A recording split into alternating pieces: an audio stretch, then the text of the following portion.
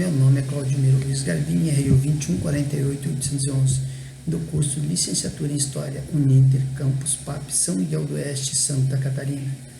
Em função da pandemia do Covid-19 ter impossibilidade de realizar estágios presenciais, estarei gravando esse vídeo que, juntamente com outros meios auxiliares de educação, servirão como material de apoio ao estágio, os quais serão avaliados pela coordenação do curso com a finalidade de substituir os estágios presenciais da matéria diferentes contextos.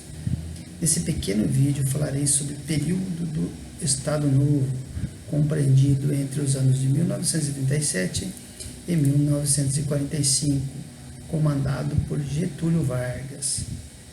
Para isso, abordarei os seguintes tópicos: como se formou o Estado Novo, como se estruturou o Estado Novo e falaremos sobre o fim do Estado Novo. Iniciaremos então em como foi a formação do Estado Novo.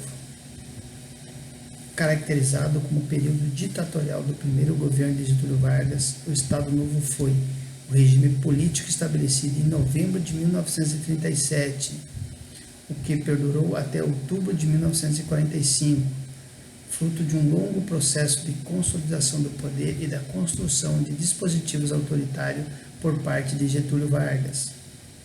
O Estado Novo teve clara inspiração em regimes totalitários europeus, como o fascismo na Itália, o franquismo na Espanha e o salarismo em Portugal. Desde que tomou posse em 1930, Getúlio Vargas tentava centralizar cada vez mais o poder em suas mãos. Apesar de seu esforço, a Constituição de 1934 frustrou parcialmente seus planos, impedindo uma nova candidatura de Vargas nas eleições de 1938. Paralelo a isto, houve uma tentativa de movimento comunista de tomar o poder do Brasil em 1935. O episódio ficou conhecido como Intentona Comunista. Isso permitiu que Getúlio Vargas tomasse decisões autoritárias, como a Lei de Segurança Nacional, que aumentava os poderes do presidente da República contra crimes que afastassem a ordem social.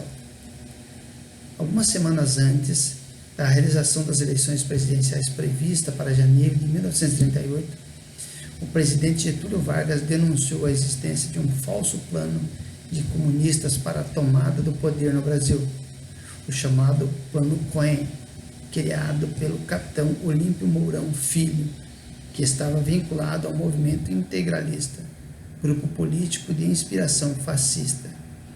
Com o apoio de diversos setores das Forças Armadas, Vargas promoveu um golpe de Estado, dando início a um regime ditatorial.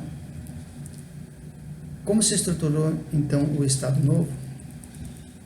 Logo após a proclamação do golpe, Getúlio Vargas fechou o Congresso Nacional, proibiu a existência de políticos partidárias, impôs interventores em estados e municípios, além de centralizar o poder em mãos do Executivo e impor uma nova Constituição, inspirada em uma similar fascista polonesa. Em 1939, o Estado Novo de Vargas estabeleceu o Departamento de Imprensa e Propaganda, DIP, órgão esse responsável pela censura de notícias, espetáculos artísticos e culturais.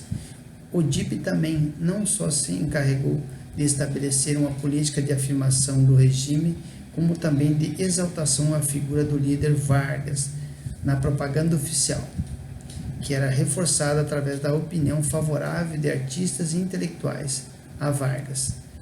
Também criou em 1935 o Programa Nacional, que em 1938 passou a ter transmissão obrigatória no rádio, no horário fixo das 19 às 20 horas, em todas as emissoras do Brasil, e tinha como objetivo, além de informar detalhamento sobre os atos do presidente da República e as realizações do Estado, incentivar a cultura através do gosto pela boa música. No plano político, Getúlio Vargas combateu a existência de partidos e movimentos políticos, a ponto de nunca ter formado um partido oficial, que fosse porta-voz do Estado Novo. Vargas acreditava que o sistema partidário era um grande mal para o Brasil. Ele também centralizou o poder nas mãos do executivo, acumulando as funções do legislativo e diminuindo a autonomia de estados e municípios. Getúlio Vargas ainda nomeou interventores a nível estadual e municipal, com o fortalecimento do poder deles como parte e fortalecimento do aparato do regime.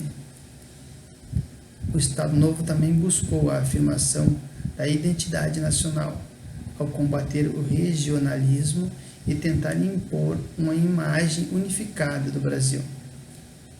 Neste processo, o governo da época incentivou a ocupação da Amazônia, de partes do Centro-Oeste e criou um movimento de habitação e financiou o desenvolvimento do interior do país. Por fim, Getúlio Vargas consolidou a política trabalhista do seu governo, visando garantir a sua influência política em determinados setores da sociedade. Os sindicatos passaram ao controle do Estado e a relação entre empregado e patrão passou a ser tutelada pelo Estado. Entre as medidas que tomou estava a criação da Justiça do Trabalho em 1939, a ampliação de direitos trabalhistas através da instituição do salário mínimo em 1940 e a criação da CLT, consolidação das leis do trabalho em 1943. Com isso, Getúlio Vargas trabalhou sua imagem, transformando-a em protetor dos trabalhadores. Na política externa, Vargas manteve negociações com todos os países, como, por exemplo, negociava com os Estados Unidos e aliados, como também com a Alemanha nazista e a Itália fascista. Tinha como objetivo manter os melhores acordos, independente de com quem era realizado esses acordos.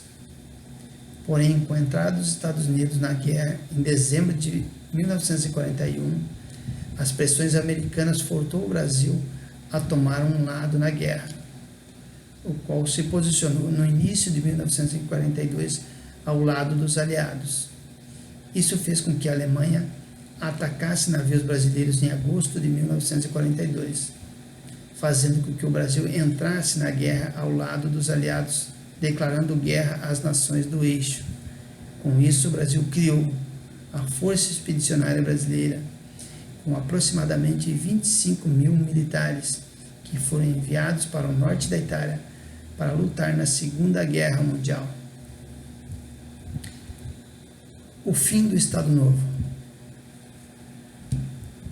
À medida que a Segunda Guerra caminhava para seu desfecho, ficava clara que Getúlio Vargas não conseguiria manter um regime ditatorial e centralizador no Brasil.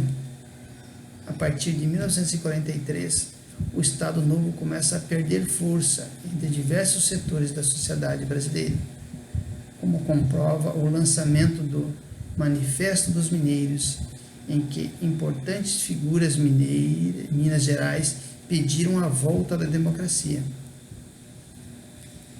Em 1945, tamanha era a tensão em cima do Estado Novo que Getúlio Vargas permitiu a organização de partidos políticos, anistiou políticos e acabou com a censura prévia.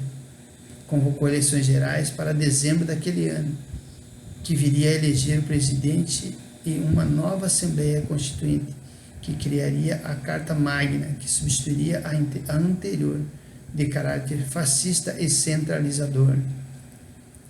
Mas a adoção de medidas à abertura política ao longo daquele ano não diminuíram a pressão sobre Getúlio Vargas, que era incitado a renunciar ao cargo de presidente da República. Ainda assim, Vargas tentou se perpetuar no poder através do movimento Quireirismos, em que seus partidários pediam que permanecesse o poder até a promulgação da nova Constituição do país. Entretudo, foi em vão. Com a derrota do eixo na Segunda Guerra Mundial, crescia a insatisfação de diversos setores políticos em relação ao Estado Novo e Getúlio Vargas, que foi forçado pelos militares a renunciar.